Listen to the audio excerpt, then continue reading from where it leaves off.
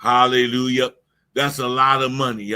Hallelujah. That's a lot of money. Shata Koroshe. The next one was David, because David experienced a similar devastation when he lost everything at a place called Ziklag.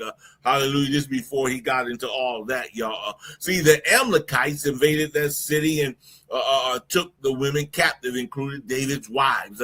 Everything the people owned was gone, and the city was burned to the ground.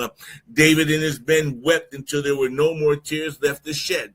It was a desperate situation, and David's men were so upset that they even talked of killing him because they blamed him for their losses.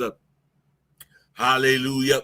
Hallelujah. The Bible tells us in 1 Samuel chapter 30, verses 1 through 6. Now it happened when David and his men came home to Ziklag on the third day, they found that the Amalekites had made a raid on the Negev, which is the south country. This is when Saul was chasing David and on Ziklag, and had overthrown Ziklag and burned it with fire. And they had taken captive the women and all who were there, both small and great.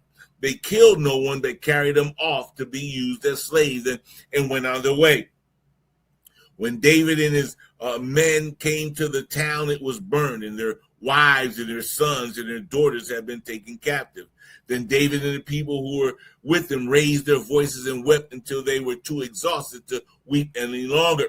Now David's two wives had been captive, Ahinoam and the Zezrelites, and Abigail, the widow of Nabal the Carmelite.